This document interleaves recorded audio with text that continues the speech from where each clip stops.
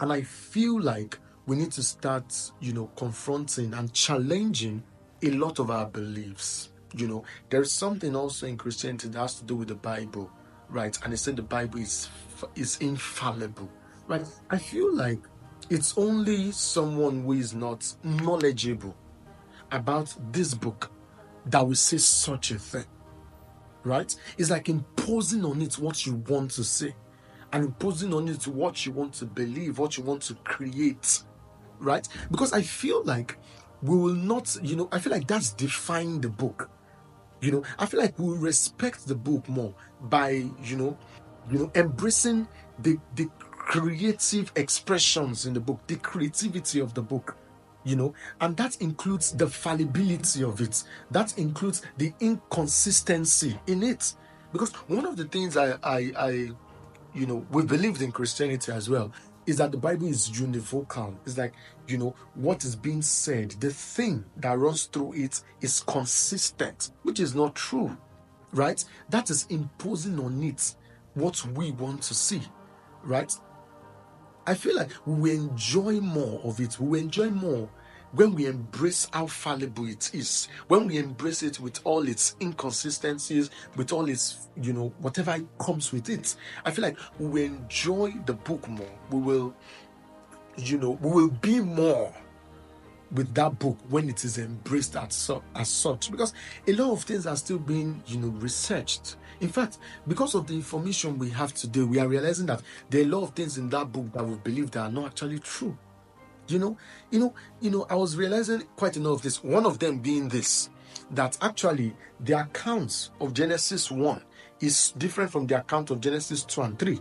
And the account of Genesis 2 and 3 came before the account of Genesis 1. And it was someone else who wrote that account, right? These are just scholarship views, right?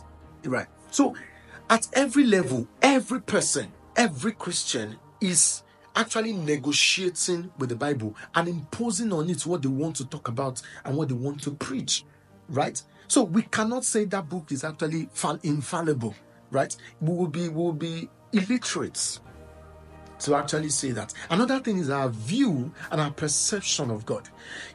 Our view and our perception of God is actually, be at the core, of, how we view ourselves, how we view other people, and how we relate with the world around us, right? And I think that needs to be challenged today.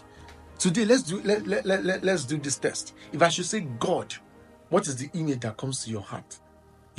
For me, to be candid, is a man, a white man, sitting somewhere up in the sky, sitting on a thronic chair, on a thronic fat chair, right? With angels all around him.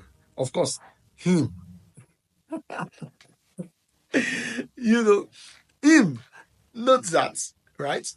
Angels all around him, right? And he has this white beard running down with some white gown or with some white apparel that he's wearing. See, our view and our perception of God, right? If we are going to be candid and if we'll be intentional in actually pulling this thing apart, separating our religious beliefs, no matter how numerous and how discordant they are, taking our religious beliefs and our view of God and actually separating that from real spiritual growth, right?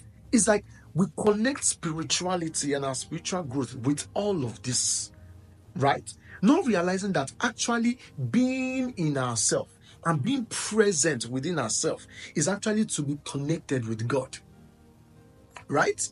So, I think we need to start putting this piece, we need to start putting these things apart. So these are the type of things I've seen. And this came, from pure personal reflection. That didn't come in just one day, but that came through the course of time, right? That came through the course of time. And I'm at that point where I realized that, I've thought about it back and forth, right? Can I really go back to the things I believed? And I realized that I really can't. I will be lying to myself, to pretend, like to say I'm going back. Like, it's not part of me anymore. It's not where I see myself anymore. It's like a garment that I've taken off of myself. And of course, I'm still journeying. I'm still learning, right? But I realized that there are some things I just had to be, sincere about. There are some things I had to be honest about. And so that's what I'm going to say. And I think the last thing I'm going to also mention is the supremacy complex, right, that comes with being a Christian, right? It's not something that I actually embrace or agree with anymore, because the Christ that I see is all inclusive, right? The God that I see is all inclusive. And mind you, it's not a masculine God, neither is it a feminine God, right? That's our idea. And that's the thing. We have believed so much in a masculine God, right, that it has affected the core of our psyche and our society and the happenings in our history. And to advance as mankind, right, we need to go to that place of unity in all that exists, not standing with a system that creates that separation, right? Yeah, and that's one of the things that Christianity does, and that's typical of every religion. Some Christians may argue, no, Christianity is not a religion, right? Well, let me give you another word. I actually think what we have as Christianity right now, right, at different level, right, is actually a cult, right? It actually has that appearance of course at different level. I'm not saying outrightly. I'm not saying it has not done good in the society. It has done a lot of good, right? So also as other things also done a lot of good, right? But I'm saying this with regards to my personal evolution and personal sight and psyche and connection with myself, with other people, and with the whole of the cosmos. So the Christ that I've seen, the Christ that I see, is an all-inclusive Christ. You see people like Paul, the popular Paul, the apostle, saying things like all things were created by him, right? Whether they are visible, invisible, in heaven or on earth, whether it is throne, principalities, dominions, and all of that. He said, in him all things consist, by him all things hold together. You see people like Paul quoting some Greek philosophers in Acts 17, saying things like, it is in him that we live, we move, we have our being. So today you will see Christians quote that part by referring to themselves, not realizing the context, right, by which Paul was even speaking. Some of them don't even know that Paul was actually quoting two of their poets, two of their philosophers, right? He said, in him we live, we move, we have our being, right? And he says, we are his offspring. No, Christians are not his offspring, right? Today, until you become a Christian, you have not become the son of God. And they'll say, oh, those are led by the Spirit of God, those are the sons of God, right? There is nothing that can exist apart from the Spirit of God.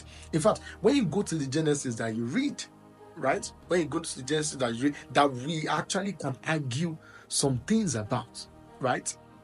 And we don't tend to see the purity, in the fallibility of the scripture, right? Because we tend to deify it so much, right? But there's so much, inconsistency, so much, glitches in the scripture. But let's say for Genesis, an example from what I was saying is that the earth was void and darkness was upon the face of the deep, right? And then the spirit didn't separate itself from the darkness, from the void, right? And from the scatteredness.